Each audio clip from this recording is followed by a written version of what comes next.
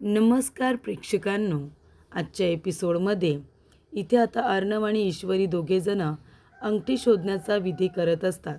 आता इथे अंगठी शोधत असताना ईश्वरीला सगळ्यात आधी अंगठी सापडते आणि ते आता वरती दाखवते. तेव्हा इथे वल्लरी आणि आजी दोघींनासुद्धा ही गोष्ट आवडत नाही की ईश्वरीला पहिली अंगठी सापडलेली असते. त्यानंतर इथे अंजलीला छान वाटतं. तेव्हा इथे आकाश म्हणत असतो, दादा तुला पण जिंकायचं आहे. त्यानंतरला इथे अंजली म्हणत असते की पहिला राऊंड ईश्वरी जिंकलेली आहे, त्यामुळे टाळ्या. आणि पुन्हा ती म्हणते की चला आता दुसरा राऊंड सुरू होणार आहे. आणि पुन्हा ती इथे अंगठी आता त्या भांड्यामध्ये टाकते. तेव्हा अर्णव ईश्वरी दोघेही शोधत असतात. त्यानंतर प्रेक्षकांनो, पुन्हा इथे अंगठी ईश्वरीला सापडते. तेव्हा इथे आकाश म्हणत असतो, दादा अरे तुला पण जिंकायचं आहे, तुला पण अंगठी शोधायची आहे. तेव्हा मामा म्हणत असतात, अर्णव अरे असं काय करतोयस, तू सुद्धा अंगठी शोधून काढ ना. तू काय फक्त आयुष्यभर एकटाच ऐकणार आहेस का? ईश्वरीला पण ऐकू दे तुझं थोडं. त्यानंतर प्रेक्षकांनो, इथे आता अर्णव आणि ईश्वरी दोघे पुन्हा इथे अंगठी शोधायला लागतात. तेव्हा मात्र इथे पुन्हा अंगठी अर्णवच्या हातामध्ये लागते. 2 राऊंड ईश्वरी जिंकलेली असते आणि इथे 1 राऊंड मात्र आता अर्णव जिंकलेला असतो. त्याच्यामध्ये एकदा आता अर्णवच्या हातामध्ये अंगठी आलेली असते. लग्नानंतरचे विधी सुरू असतात. तेव्हा आजी आता अर्णवसाठी येऊन बसलेली असते, पण मनामध्ये हजार विचार सुरू असतात. घाबरलेली असते. वल्लरीला तर काय, एकासुद्धा खेळामध्ये इथे तिला रस नसतो, इंटरेस्ट नसतो. पण इथे अर्णवला राग येऊ नये म्हणून ती त्यासाठी आलेली असते. मात्र इथे अर्णव आणि ईश्वरी दोघेजण मनापासून हा खेळ खेळत असतात. आता एकदा अंगठी ही अर्णवला सापडलेली असते आणि त्यानंतर प्रेक्षकांनो, इथे ईश्वरीला सुद्धा तेव्हा छानच वाटलेलं असतं, म्हणजे तिला काही राग वगैरे येत नाही. तेव्हा अंजली म्हणत असते की अरे वा, चला एकदा आता चिंटूला सुद्धा अंगठी सापडलेली आहे. तेव्हा मामा म्हणतात, मग काय अर्णवच जिंकणार आहे आता. तरी इथे अंजली म्हणत असते, नाही मामा, जिंकणार तर ईश्वरीच, हो की नाही. तेव्हा इथे मामा म्हणतात, बघूया अर्णव, अर्णव तुला जिंकायचं आहे. तेव्हा प्रेक्षकांनो, इथे पुन्हा आता गेमला सुरुवात होते. मामा म्हणत असतात की आता बघूया कोण कोणाचं आयुष्यभर ऐकत राहणार ते, अर्णव ईश्वरीचं की ईश्वरी अर्णवचं. तेव्हा अंजली म्हणत असते, मामा मला तर असं वाटतं की आपला चिंटूच ईश्वरीचं आयुष्यभर ऐकेल, हो ना चिंटू. तेव्हा प्रेक्षकांनो, अर्णव काहीच बोलत नाही. जेव्हा इथे अंगठी शोधत असतात तेव्हा अर्णव ईश्वरीकडे बघत असतो आणि त्याला आता ईश्वरीबरोबर घालवलेले ते प्रत्येक चांगले क्षण आठवत असतात, जे त्यांनी एकमेकांबरोबर घालवलेले असतात. आणि तेव्हा प्रेक्षकांनो, अर्णव अंगठी शोधत नाही, तर तो पटकन ईश्वरीचा हात पकडतो. तेव्हा इथे आकाश हसतो आणि म्हणतो, दादा अरे हे काय करतोयस, आपल्याला आहे ना त्या भांड्यामध्ये अंगठी शोधायची आहे, ईश्वरीचा हात पकडायचा विधी नाही आहे. तेव्हा इथे अर्णव आता आकाशकडे बघतो. तेव्हा ईश्वरी पटकन आपला हात बाजूला खेचून घेते. तेव्हा प्रेक्षकांनो, इथे आता अर्णव ईश्वरीचा हात पकडतो. तेव्हा बघा आजी घाबरते आणि अर्णवकडे बघायला लागते. तिला इथे अर्णवच्या भविष्याची फारच चिंता असते. त्यानंतर प्रेक्षकांनो, अर्णव इथे बघत बसत असतो आणि ईश्वरी पटकन अंगठी शोधून काढत असते. या वेळेला सुद्धा ईश्वरीनेच अंगठी शोधलेली असते. तेव्हा अंजली म्हणत असते, चिंटू अरे असं काय करतोयस, आता बघितलंस ना, ईश्वरीनेच अंगठी शोधली. याचा अर्थ काय होतो, जास्तीचे राऊंड ईश्वरी जिंकले, म्हणजे क्लिअर कट ईश्वरी जिंकलेली आहे, आपण असं समजूया. तेव्हा प्रेक्षकांनो, आता 5 राऊंडमध्ये जवळजवळ 4 राऊंड तर ईश्वरीच जिंकलेली असते आणि अर्णव फक्त एकदा जिंकलेला असतो. तेव्हा ईश्वरी म्हणते की आपला रिझल्ट तर क्लिअर कट आहे, ईश्वरी जिंकलेली आहे. त्याच्यामुळे चिंटू, तू ईश्वरीचं आयुष्यभर ऐकायचं, असं अंजली म्हणत असते. त्यानंतर इथे अर्णव म्हणत असतो की ठीक आहे, झालं ना मी सिंदूरच्या मनासारखं. तेव्हा अंजली म्हणते काय. तेव्हा अर्णव म्हणतो की झालं ना मी सिंदूरच्या मनासारखं, त्यासाठीच तर हा गेम होता ना, ती जिंकली आहे म्हणजे तिच्या मनासारखं झालं ना. तेव्हा इथे अंजली म्हणते, हो अगदी बरोबर, म्हणजे ती जिंकली आहे तर तिच्याच मनासारखं झालं. तेव्हा इथे अर्णव म्हणतो, बरं ठीक आहे, झालं का आता. तेव्हा अंजली म्हणते, नाही चिंटू, अरे एक विधी अजून बाकी आहे ना. तेव्हा इथे अंजली म्हणते, चिंटू आता हे भरलेलं भांडं आहे ना, ते पाणी तू ईश्वरीच्या डोक्यावरती ओतायचं. तेव्हा अर्णव म्हणतो, काय हे काय बोलतेस तू ताई? तेव्हा अंजली म्हणते, अरे हो, हा पण एक विधी आहे. हो ना आजी. हे बघ चिंटू, हे भरलेलं भांडं आहे ना, त्याच्यामध्ये जे पाणी आहे ते तुला ईश्वरीच्या डोक्यावरती ओतायचं आहे. तेव्हा आकाश म्हणतो, ताई अगं हे काय सांगतेस तू? खरोखर विधी आहे ना? तेव्हा अंजली म्हणते, अरे हो, खरोखर हा विधी आहे. इथे चिंटूने हे पाणी ईश्वरीच्या डोक्यावरती ओतायचं. तेव्हा ईश्वरी आपल्या मनामध्ये घाबरते आणि म्हणत असते की माझ्या डोक्यावरती आता हा भडकूचंद पाणी ओतणार. आधीच माझा राग करतोय, त्याच्यामध्ये आता अजून राग काढणार आणि मुद्दामून हे पाणी माझ्या डोक्यावरती टाकणार मला त्रास देण्यासाठी. मला माहिती आहे आता अर्णव सर मुद्दामून हे पाणी माझ्या डोक्यावरती टाकतील, असं ईश्वरी म्हणत असते आणि मनामध्ये ती घाबरलेली असते. अर्णवसुद्धा लगेच उभा राहतो. तर इथे ईश्वरीला वाटतं अर्णव आता उभा राहिला आहे म्हणजे तो नक्कीच माझ्या डोक्यावरती पाणी ओतणार. पण तेव्हा अर्णव उभा राहतो, ईश्वरीकडे बघत असतो. तेव्हा मामा म्हणत असतात की चला, म्हणजे आता अर्णव ईश्वरीचं आयुष्यभर ऐकणार. काय वल्लरी, जसं मी तुझं ऐकतो तसं. तेव्हा वल्लरी बघा मामांना इथे धाक देत असते, दम देत असते आणि गप्प राहायला सांगते. तेव्हा इकडे आकाश म्हणत असतो, दादा मग काय रे, तू आता हे सगळं पाणी बहिणीच्या डोक्यावरती टाकणार का? तेव्हा इथे टाक, लवकर टाक. तेव्हा अंजली आता म्हणत असते, चिंटू अरे बघतोयस काय, हे पाणी खरोखर तुला ईश्वरीच्या डोक्यावरती ओतायचं आहे. विधी असतो हा. त्यानंतरला अर्णव खाली बघतो आणि त्या भांड्याला हात लावतो. तेव्हा ईश्वरी बघा अर्णवकडे बघत असते. तिला असं वाटतं की अर्णव आता माझ्यावरती राग काढण्यासाठी हे भांडं उचलेल आणि खरोखरच माझ्या डोक्यावरती सगळं पाणी ओतेल. पण तसं अर्णव काही कळत नाही. जर हा विधी आहे तर तो विधीसुद्धा पूर्ण करतो. थोडंसं पाणी आपल्या बोटांना लावतो आणि त्याचे शिंतोडे तो ईश्वरीच्या अंगावरती उडवतो. तेव्हा अंजली म्हणते, काय रे चिंटू हे काय केलंस? तेव्हा अर्णव म्हणतो, काय केलं? विधी आहे ना, हे पाणीच तिच्यावरती टाकायचं होतं ना, मी शिंतोडा मारला, पाणी तर तिच्यापर्यंत पोचलं. तेव्हा इथे आकाश म्हणत असतो, अरे वा दादा, काय आयडिया शोधून काढलेस. म्हणजे तू आत्तापासूनच बहिणीचं ऐकायला लागलायस तर, म्हणजे तिच्यावरती पाणी न ओतता विधीसुद्धा पूर्ण केलास. तेव्हा इथे ईश्वरी आता इमोशनल होते. मान बाजूला करून आता रडवेली झालेली असते. त्यानंतर इथे अर्णवला कळत असतं की ईश्वरी या सगळ्या गोष्टींना घाबरली होती, म्हणूनच तो तिच्या डोक्यावरती काही पाणी ओतत नाही. आणि त्यानंतर प्रेक्षकांनो, आधीच इथे शॉवरमुळे ईश्वरी सकाळी भिजलेली असते, त्यामुळे तिला त्रास होऊ नये अशी इथे अर्णवची इच्छा असते. त्याचबरोबर इथे प्रेक्षकांनो, देवघरामध्ये आजी उभी असते आणि तिने गुरुजींना फोन केलेला असतो. ती गुरुजींना म्हणत असते की तुम्ही तर म्हणाला होतात की जर अर्णवचं लग्न ईश्वरीबरोबर झालं तर त्याच्या जीवाला धोका आहे म्हणून. मग जर जीवाला धोका होता आणि नियतीला हे मंजूर नव्हतं, मग हे लग्न कसं काय झालं? त्यानंतर गुरुजी म्हणतात की आपण सविस्तरपणे या विषयावरती बोलूया. तेव्हा इथे आजी म्हणतात, बरं बरं ठीक आहे, ठीक आहे गुरुजी, ठीक आहे. तेव्हा इथे आता अंजली आलेली असते. अंजली म्हणत असते, आजी अगं नम्रता जायला निघाले, ती तुला आवाज द्यायला आली आहे. तेव्हा आजी म्हणत असते, तुझी बहीण जबरदस्तीने लग्न करून या घरामध्ये आली. आमची इच्छा नसताना, मला हे मान्य नसताना हे लग्न झालं आहे. आणि मग जर मी तिला माझी सून म्हणून स्वीकारलेलंच नाही आहे, तर तू या सगळ्या औपचारिकता का करतेस? का मला जाता जाता विचारायला आली आहेस? जर मी तिला सून मानत नाही तर मला जाताना विचारायची काही गरज नाही आहे. तुम्ही या, तुम्हाला वाटेल तेव्हा तुम्ही जा, मी काहीसुद्धा बोलणार नाही आहे. तेव्हा इथे आता नम्रता म्हणत असते, आजी प्लीज असं बोलू नका. हे बघा माझी बहीण खरंच खूप चांगली आहे, तिच्यामुळे तुम्हाला काहीही त्रास होणार नाही. आता ती तुमची नातसून आहे, तुमच्या आशीर्वादाची तिला गरज आहे. त्याच्यामुळे प्लीज प्लीज तिचा रागराग करू नका, तिला आशीर्वाद द्या आणि तिला समजून घ्या. तिने काहीही मुद्दामून किंवा जाणून बुजून केलेलं नाही आहे. जे काही घडलं त्याच्यामध्ये ईश्वरीची काही चूक नाही आहे. तेव्हा प्रेक्षकांनो, आजी म्हणते, हे बघा मला कुणाशी काही बोलायचं नाही आहे. कोण चूक कोण बरोबर मला काही समजून घ्यायचं नाही आहे, तुम्ही दोघीजणी जा. तेव्हा अंजली म्हणत असते, आजी अगं असं काय करतेस, प्लीज आता राग सोडून दे ना.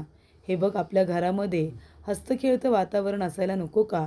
थोड्या दिवसांमध्येच तुझं इथे नातू किंवा नातीन घरामध्ये येईल. मग आता तू त्यांच्याबरोबर अशी वागणार आहेस का? दोघांची तोंडं दोन दिशेला असं होणार आहे का? मी काय म्हणते आजी, झालं गेलं सगळं विसरून जा आणि हे लग्न आता तू सुद्धा मनापासून स्वीकार ना. जसं आम्ही सगळ्यांनी मनापासून स्वीकारले तसं तूही आता ईश्वरी अर्णवला आशीर्वाद दे, असं आजी म्हणत असते. तेव्हा आजी म्हणत असते, अंजली तुझ्यासाठी सगळ्या गोष्टी सोप्या असतील पण माझ्यासाठी नाही. माझ्यासाठी माझ्या नातवाचं आयुष्यसुद्धा तेवढंच महत्त्वाचं आहे. तुला ते नाही कळणार. त्यानंतर अंजली म्हणत असते की आजी असं नको बोलूस गं. तेव्हा नम्रता म्हणत असते, आजी तुम्हाला इशूचा राग आलाय ना, पण मीच तुम्हाला सांगते की इशू तुमचं मन नक्की जिंकेल. ती तुम्हालासुद्धा जिंकून लवकरच तुमच्या मनामध्ये जागा निर्माण करेल याची मला खात्री आहे. तेव्हा अंजली आणि ईश्वरी दोघेही बाहेर येतात. तेव्हा आकाश नम्रताला बाहेरपर्यंत सोडायला आलेला असतो. तो म्हणत असतो, मग नम्रता फायनली इथे दादा आणि ईश्वरीचं लग्न झालंच नाही का? तेव्हा इथे नम्रता म्हणते, हो ना, म्हणजे बघा ना गोष्टी किती पटापट घडल्या. आपल्याला तर वाटलं होतं हे कधीच घडणार नाही, पण बघा ना एका दिवसामध्ये अर्णवचं आणि ईश्वरीचं आयुष्य बदललं, असं इथे नम्रता म्हणत असते. तेव्हा आकाश म्हणतो, नाहीतर काय, आणि कुठेतरी या सगळ्यामध्ये आपलीसुद्धा मेहनत आहे. तुला माहिती आहे ना, आपण दोघांनी मिळून या दोघांना एकत्र आणण्याचा प्रयत्न केलाच होता. दादाला त्याचं प्रेम मिळावं, ईश्वरीला तिचं प्रेम मिळावं म्हणून आपण प्रयत्न केले होते. तेव्हा इथे वल्लरी आता आकाश आणि नम्रताचं बोलणं ऐकत असते. तेव्हा इथे वल्लरी आपल्या मनामध्ये म्हणत असते की अरे बापरे, हे दोघेजणं काय बोलत आहेत. म्हणजे आता एक बहीण तर अर्णवच्या गळ्यात पडून घरामध्ये आलेलीच आहे, तिच्या पाठोपाठ आता तिची दुसरी बहीणसुद्धा येते की काय? काहीही झालं तरीसुद्धा या मुलीला मी माझ्या घरामध्ये सून म्हणून येऊ देणार नाही, असं वल्लरी म्हणत असते. त्यानंतर प्रेक्षकांनो इथे आकाश म्हणत असतो की नम्रता, मग आता ईश्वरी आणि दादाचं तर लग्न झालं, दादा तर सेटल झाला, मग आता पुढे काय? तेव्हा नम्रता म्हणते, पुढे काय आकाश सर? मी काय म्हणते आकाश सर, हे बघा, ईश्वरी आता या घरामध्ये आहे, म्हणजे अजून आजी मामी तिच्यावरती रागवलेलेच आहेत. त्यांना हे लग्न मान्य नाही. या घरामध्ये आता आम्ही नाही तिची काळजी घ्यायला. तुम्ही आहात ना इथे, तुम्ही ईश्वरीची काळजी घ्या, तिला काही कमी पडू देऊ नका. तेव्हा इथे आकाश म्हणत असतो, नम्रता हे तुला मला सांगायची सुद्धा गरज नाही आहे खरंच. म्हणजे मी व्यवस्थित इथे ईश्वरीची काळजी घेईन. आत्तापर्यंत फक्त मी तिचा फ्रेंड होतो, आम्ही दोघे एकत्र काम करायचो होतो, पण आता तर ती माझी वहिनीसुद्धा आहे. मी तिची व्यवस्थित काळजी घेईन, तू अजिबात काळजी करू नको. आमचं नातं आता नेक्स्ट लेवलला गेलेलं आहे, त्याच्यामुळे मी पुरेपूर तिची काळजी घेईन. पण नम्रता, आता आपलंही नातं नेक्स्ट लेवलला गेलं पाहिजे ना. म्हणजे आता बघ ना, तू इथे दादाची मेहुणी आहेस आणि मी सुद्धा ईश्वरीचा मेहुणा आहे, मग आता आपलं नातंसुद्धा नेक्स्ट लेवलला गेलं पाहिजे ना. नम्रता म्हणते, तुम्ही ईश्वरीचे मेहुणे नाही, दीर दीर लागता तुम्ही. तेव्हा इथे आकाश म्हणतो, बरं बरं ठीक आहे, पण आता आपण दोघांनीसुद्धा एकत्र आलं पाहिजे ना, आपली फ्रेंडशिपसुद्धा पुढे गेली पाहिजे, कळलं ना. तेव्हा नम्रता म्हणते, हो कळलं, आणि ती आता लाजत असते. तेव्हा इथे ईश्वरी तिने म्हणते, ताई तू इथे?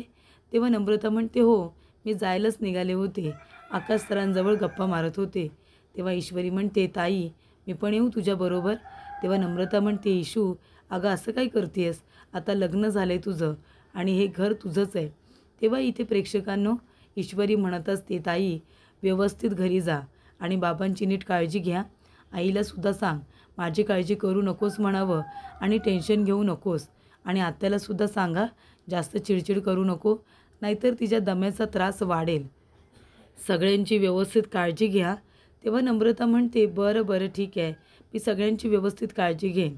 एक काम करते इशू, मी इथेच थांबते ना, म्हणजे तुम्हाला अजून मोठी लिस्ट दे, मला काय काय करायचं आहे ते सांग. इशू अगं कळतच नाही आहे, मोठी बहीण कोण आहे, तू की मी? अगं मी मोठी बहीण आहे ना तुझी, मी व्यवस्थित घर सांभाळेन, तू नको काळजी करू, तू आता तुझ्या घराकडे लक्ष दे, ठीक आहे ना. घरची काळजी करू नको, मी आहे ना, मी बाबांची व्यवस्थित काळजी घेईन. त्यानंतर प्रेक्षकांनो इथे आता अर्णवसुद्धा मागून येत असतो. ईश्वरी आता नम्रताला मिठी मारते आणि ती इमोशनल झालेली असते. तेव्हा इथे नम्रता म्हणते, इशू काळजी करू नकोस, मी आहे ना, तू आता तुझ्या संसाराची काळजी घे. अर्णव सर इशूला सांभाळून घ्या आणि सुखाने संसार करा. तेव्हा अर्णव म्हणतो, हो तू अजिबात काळजी करू नको, बरं ठीक आहे मी निघते आता. तेव्हा आकाश म्हणत असतो, नम्रता अगं चल ना, मी तुला सोडतो. तेव्हा नम्रता म्हणते, कशाला, नाही नको, मी जाईन ना एकटे. तेव्हा आकाश म्हणतो, अगं असं काय करतेस, माझं तिकडेच काम आहे, मी सोडतो ना तुला. तेव्हा अर्णव म्हणतो, आता तुझं काय काम आहे तिकडे. तेव्हा आकाश म्हणतो, दादा अरे मी सांगितलं होतं ना आपल्या ऑफिससाठी होल्डिंग्ज आणायचे आहेत म्हणून, ते होल्डिंग्ज घेऊन येतो ना. तेव्हा अर्णव म्हणतो, बरं बरं ठीक आहे. तेव्हा आकाश म्हणतो, माझं तिकडेच काम आहे, मी सोडतो तुम्हाला. तेव्हा नम्रता गाडीमध्ये बसते आणि आकाश तिला घरपर्यंत सोडायला गेलेला असतो.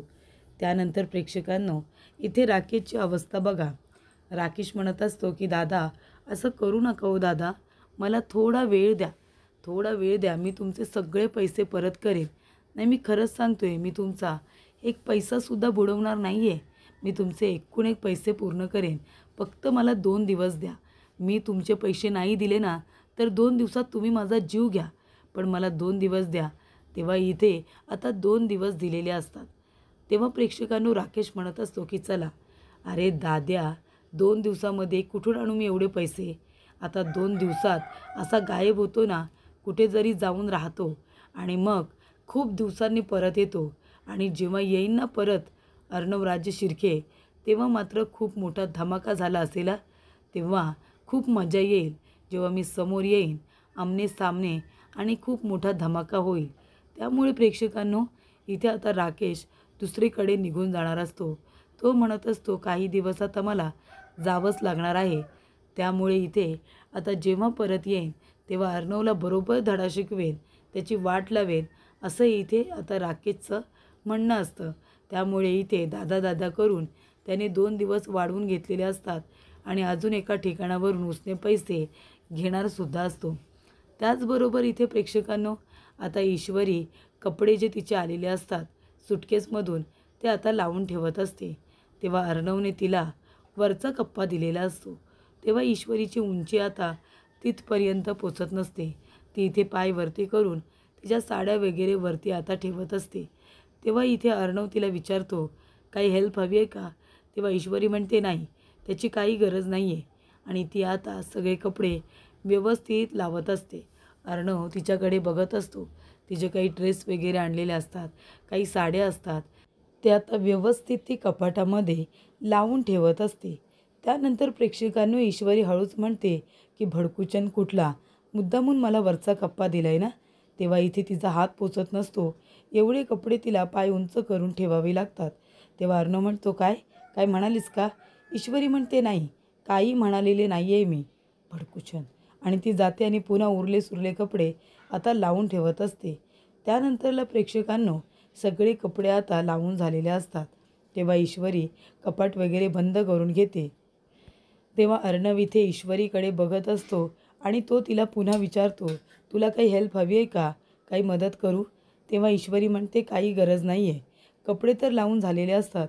तेव्हा ती आता विचार करत असते की आता ही सुटकेस कुठे ठेवू, सुटकेस कुठे लावू. आणि तेव्हा प्रेक्षकांनो, इथे अर्णव विचारतो, काय झालं, काय हवं असेल तर सांग ना. ईश्वरी म्हणते, नाही मला काहीही नको आहे. आणि तेव्हा आता कुठे सुटकेस ठेवू म्हणून ती जागा शोधत असते. अर्णवसुद्धा तिच्याकडे बघत असतो, तिला विचारत असतो की काही हेल्प हवी आहे का. तेव्हा ईश्वरी म्हणत असते, नाही नको, मला काहीही हेल्प नको आहे. आणि म्हणूनच ती तिथून आता बसण्याचा जो टेबल असतो तो घेते खेचून, आणि त्याच्यानंतरला इथे आता आपली बॅगसुद्धा कुठे ठेवायची ती जागा शोधून काढते. तर इथे अर्णवचे जे कपाट असतं त्याच्यावरती आता इथे तिची बॅग ठेवण्याची वेळ आलेली असते. तेव्हा ईश्वरी बॅग उचलते, त्या ठिकाणी जाऊन आता उभी राहते आणि बॅग लावत असतानाच इथे आता ईश्वरी जोरात खाली पडणार असते, कारण तिचे पाय इथे आता हालत असतात. आणि तेव्हा प्रेक्षकांनो, ईश्वरी आता जोरात खाली पडते. तेव्हा अर्णव तिला पडू देत नाही, तर तिला पकडतो. तेव्हा दोघे एकमेकांकडे बघतच राहतात. तर इथे ईश्वरी म्हणत असते, अर्णव सर, इथे आता तुम्ही जबरदस्तीने माझ्याबरोबर लग्न केलं आणि आता माझ्या आयुष्यामध्ये संकट यावी, प्रॉब्लेम्स यावे, त्यासाठी सुद्धा तुम्हीच प्रयत्न करताय नाही का. म्हणजे शांतपणे काही मला जगू देणारच नाही. ज्या पद्धतीने तुम्ही माझ्याबरोबर लग्न केले आहेत ना, माझ्या कुटुंबाला त्रास दिला आहेत, त्यानंतर तुम्हाला कुणी अधिकार दिला मला पकडण्याचा. तुम्हाला अधिकार नाही आहे मला धरण्याचा किंवा पकडण्याचा, कळलं तुम्हाला. आताच्या आता मला खाली सोडा. अर्णव म्हणतो, नक्की सोडू ना. तेव्हा ईश्वरी म्हणते, हो सोडा. त्यानंतर प्रेक्षकांनो, इथे आता अर्णव लगेचच ईश्वरीला सोडून देतो. त्यानंतर इथे आता अर्णव स्वतः ईश्वरीने लावलेले सगळे कपडे खाली काढतो आणि म्हणतो की इथे राहायचं असेल ना तर ॲडजस्ट करावं लागेल.